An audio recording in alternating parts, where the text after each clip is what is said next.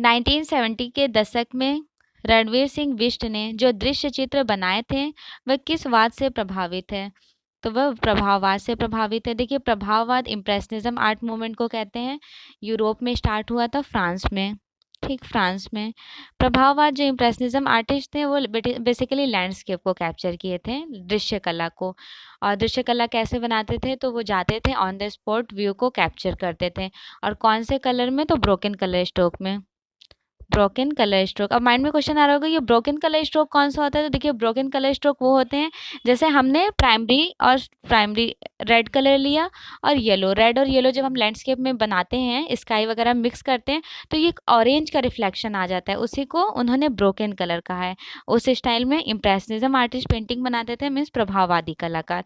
उस तरह से भारत में किसने ये प्रभाववादी में जो पेंटिंग बनाए हैं, रणवीर सिंह बिष्ट, प्रभाववादी लैंडस्केप रहा है। चलिए नेक्स्ट क्वेश्चन देख लेते हैं। समसामयिक कला परिप्रेक्ष्य में आदिवासी और लोक कला को आधुनिक कला के समक्ष दर्जा दिलाया जगदीश स्वामीनाथन ने। जगदीश स्वामीनाथन का जन्म हुआ था 1928 में, 1928 में शिमला, हिमाचल प्रदेश में। ग्रुप 1819 के फाउंडर हैं जगदीश स्वामीनाथन। इन्होंने अपनी एजुकेशन कंप्लीट की दिल्ली पॉलिटेक्निक से। इनकी कार्यस्थली जो एक्चुअल में अपनी पेंटिंग्स वगैरह करते थे वो दिल्ली में ही करते थे। ग्रुप 1819 के प्रचार के लिए 1966 में कांटा नामक पुस्तक का प्रकाशन किया। तो कौन सी पत्रिका? कांटा पत्रिका की कब प्रकाशित की है? 1966 में। 1970 में ललित कला के कार्य का विरोध किया इन्होंने। फिर अपने पीएमटी की परीक्षा में ये शायद फेल हो गए थे, फिर ये कोलकाता चले गए थे। उसके बाद इन्होंने कम्युनल पार्टी में सदस्य बने। इनकी है मजदूर आवाज़ पत्रिका है, मजदूर आवाज़। जे स्वामीनाथन की पत्रिका है। जे स्वामीनाथन का पूरा नाम है जगदीश स्वामीनाथन। और इनकी पुस्तक है परसिमिंग फिगर्स। कौन सी पुस्तक है? परसिमिंग फिगर्स। और इनकी चित्र है the tree and the world. इनको अवार्ड मिला था, कालिदास सम्मान अवार्ड और नेहरू फेलोशिप। जगदीश स्वामीनाथन पक्षियों को सांकेतिक रूप से चित्रित करते थे, इसलिए इन्हें बर्ड मैन कहा जाता है। क्या कहा जाता है? Bird man. ठीक। जगदीश स्वामीनाथन ने शौपात्रो ब्राजील के द वार्षिक प्रदर्शनी में जूरी सदस्य भी थे। जगदीश स्वामीनाथन मुख्यतः आदिवासी जनजातीय गौड़ को अपने चित्रों का विषय बनाए, उस तरह की पेंटिंग्स को कैप्चर किए थे। देखिए, जगदीश स्वामीनाथन 1960 के दशक में इन्होंने 1960 के बाद भारतीय मिथ को जैसे ओम, स्वास्तिक, काल्पनिक एवं ज्यामितीय चित्र करने लगे थे। तो ये कह लें कि ये ज्योमेट्रिकल पैटर्न्स को कैप्चर किए, तांत्रिक आर्ट्स वगैरह को क्वेश्चन में पूछ रहे हैं। तो क्वेश्चन है, समसामयिक कला परिप्रेक्ष्य में आदिवासी और लोक कला के आधुनिक कला के समक्ष दर्जा दिलाया जगदीश स्वामीनाथन ने। शिमला में जन्मे जे स्वामीनाथन मूलतः तमिल थे। 1970 के दशक में जे स्वामीनाथन कला के साथ साथ अन्य किस क्षेत्र में बराबर सक्रिय रहे? राजनीति में भी। जयराम पटेल, हिम्मत शाह, गुलाम मोहम्मद शेख आदि के साथ मिलकर जे स्वामीनाथन ने किस ग्रुप की स्थापना की? ग्रुप 1819। जयराम पटेल के बारे में थोड़ा डिस्क्राइब करूंगी। जयराम पटेल ग्रुप 1819 के मेंबर रहे हैं। इनका जन्म हुआ था 1930 ईस्वी में बड़ौदा में। इन्होंने अपनी एजुकेशन कंप्लीट की मुंबई से और ये टीचर थे, बड़ौदा कला विद्यालय में डीन रहे थे। ठीक, कहाँ डीन थे? बड़ौदा कला विद्यालय में। एनआईडी अहमदाबाद और ऑल इंडिया हैंडलूम अहमदाबाद में डिज़ाइन कंसल्टेंट भी रहे हैं जयराम पटेल। ठीक है। और जयराम पटेल का मुख्य माध्यम स्याही था। इनका मुख्य माध्यम स्याही है जयराम पटेल का। जयराम पटेल को रेखांकन पहली नज़र में ठोस काले विस्तार के रूप में नजर आते हैं। जयराम पटेल जली जलाई लकड़ी का प्रयोग करते हैं, तो अपनी पेंटिंग्स में जली हुई लकड़ी का यूज़ किसने किया? जयराम पटेल ने। इनकी कला जगत में काष्ठ पर रिलीफ, कागज पर रेखांकन व धातु की चादरों पर चित्रांकन के रूप में रही है। इनके काले रंग का रेखांकन प्लाजा की भांति उभरे हुए हैं, मतलब देखने में प्लाजा की भांति लगते हैं, और इनके चित्रों की पृष्ठभूमि बंजर भूमि के समान होती है। नेक्स्ट आर्टिस्ट है हिम्मत शाह। देखिए, हिम्मत शाह का जन्म हुआ था 1933 ईस्वी में, और ये इनकी एजुकेशन कंप्लीट हुई है बड़ौदा कला विद्यालय से, और कार्यस्थली गढ़ई कला परिषद दिल्ली में रहा है। कला यात्रा हिम्मत शाह ने अमूर्त ना तो इन्होंने एब्स्ट्रैक्ट में काम किया ना रियलिस्टिक में।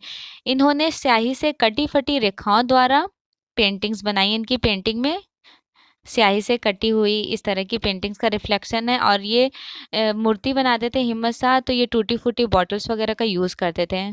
देखिए, मटेरियल होता था टूटी फूटी बोतल, टूटी जाली, फटा कपड़ा आदि का प्रयोग करते थे। हिम्मत शाह ने म्यूरल और कोलाज आदि का सृजन करने के पश्चात वह प्लास्टर और कंक्रीट में भी काम किए हैं। हिम्मत शाह टेराकोटा के लिए प्रसिद्ध हैं। टेराकोटा के लिए प्रसिद्ध है, टेराकोटा में स्कल्पचर वगैरह बनाए। हिम्मत शाह के चित्र पिकासो की गुर्निका की याद दिलाती है। गुर्निका पेंटिंग है पैब्लो पिकासो का, 1937 में इन्होंने बनाए थे, और उसकी याद दिलाती है हिम्मत शाह की पेंटिंग। नेक्स्ट आर्टिस्ट है आपके स्क्रीन पर गुलाम मोहम्मद शेख। गुलाम मोहम्मद शेख का जन्म हुआ था 1937 में सुरेंद्र नगर, सौराष्ट्र में, और इन्होंने अपनी एजुकेशन कंप्लीट की बड़ौदा कला विद्यालय से। ये टीचर रहे हैं बड़ौदा कला विद्यालय में। इनको पद्मश्री अवार्ड मिला था 1983 में, और पद्म भूषण मिला था 2014 में गुलाम मोहम्मद शेख को पद्म भूषण मिला। गुलाम मोहम्मद शेख की महत्वपूर्ण पेंटिंग है शहर बिकाऊ है। हिंदू मुस्लिम दंगों पर आधारित इन्होंने ये पेंटिंग बनाई थी। और इनकी सेकंड मोस्ट इम्पॉर्टेंट पेंटिंग है लंबी अनुपस्थिति के बाद घर वापसी। इंग्लिश में इस पेंटिंग बोलते हैं returning home after the long spend. Next इनकी पेंटिंग्स है चक्कर खाते हुए रास्ते, प्रतीक्षा और घुमक्कड़ी के बारे में इन्होंने बनाया है। The tree and the life, oil on canvas में बनाए थे the tree and the life. ये जेआरएफ के एग्जाम में भी अलग आ चुका है painting the tree and the life. ये चित्रकार के साथ साथ लेखक, कवि एवं कला समीक्षक थे गुलाम मोहम्मद शेख। ठीक, गुलाम मोहम्मद शेख की एक पत्रिका है वार्षिक पत्रिका गुलाम मोहम्मद शेख की है। नेक्स्ट क्वेश्चन है आपकी स्क्रीन पर वह कौन सा कलाकार है जो कश्मीर व उर्दू भाषा का कवि व नाटककार है? तो देखिए गुलाम मोहम्मद शेख कश्मीर व उर्दू भाषा के नाटककार भी रहे हैं। बेसुख रूह कविता संग्रह व समुंदर प्यासा है उर्दू उपन्यास प्रसिद्ध कृतियां किस कलाकार की हैं? जी.आर. संतोष। जी.आर. संतोष का पूरा नाम है गुलाम रसूल संतोष। गुलाम रसूल संतोष का जन्म हुआ था 1929 ईस्वी में श्रीनगर कश्मीर में। वहीं पर पेंटिंग तथा बुनाई आदि के प्रारंभिक प्रशिक्षण के बाद बड़ौदा कला महाविद्यालय में अध्ययन किया इन्होंने। कश्मीर और उर्दू में कविताएं, उपन्यास, नाटक आदि चर्चित हो चुके थे इनके। टाइम में 1979 में कविता के लिए साहित्य अकेडमी का पुरस्कार मिला था गुलाम रसूल संतोष को। स्टेज के सेट और वेशभूषा डिज़ाइन का काम भी किया इन्होंने। 1953 में इन्होंने सोलो एग्जीबिशन लगाई थी। अंतर्राष्ट्रीय प्रदर्शनियां, इंटरनेशनल जो एग्जीबिशन में काफ़ी चर्चित सम्मानित रही थी। 1976 ईस्वी में इन्हें पद्मश्री मिला। कश्मीर में कलाकार शिविर स्थापित करने में सक्रिय रहे। दिल्ली में गढ़ई कला स्टूडियो में काम करते थे तथा कथित न्यू तांत्रिक पेंटिंग्स के लिए सर्वाधिक महत्वपूर्ण हस्ताक्षर रहे हैं गुलाम रसूल संतोष। नेक्स्ट क्वेश्चन है गुलाम रसूल संतोष जी.आर. संतोष की कला किससे प्रेरित है? सैयद हैदर रजा, एसएच रजा से। एसएच रजा पैक ग्रुप के मेंबर रहे हैं। नेक्स्ट क्वेश्चन है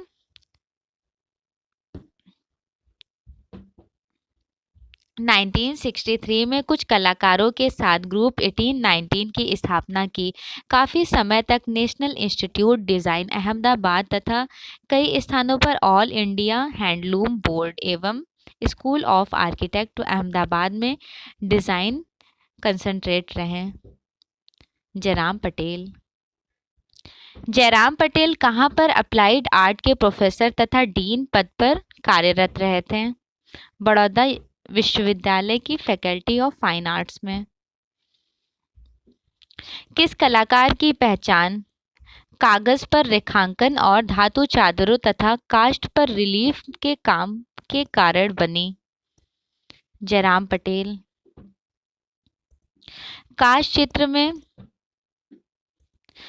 जलाकर लकड़ी में कहीं कहीं कई इंच गहरे गड्ढे भी कर दिए हैं, कहीं उसे खुरच भी दिया, कहीं पर उसे खुरच दिया गया, स्क्रैचिंग कर दी गई है, कहीं उस पर टीन लगा दी गई है और कहीं कहीं उस टीन का छिद्र भी कर दिया गया।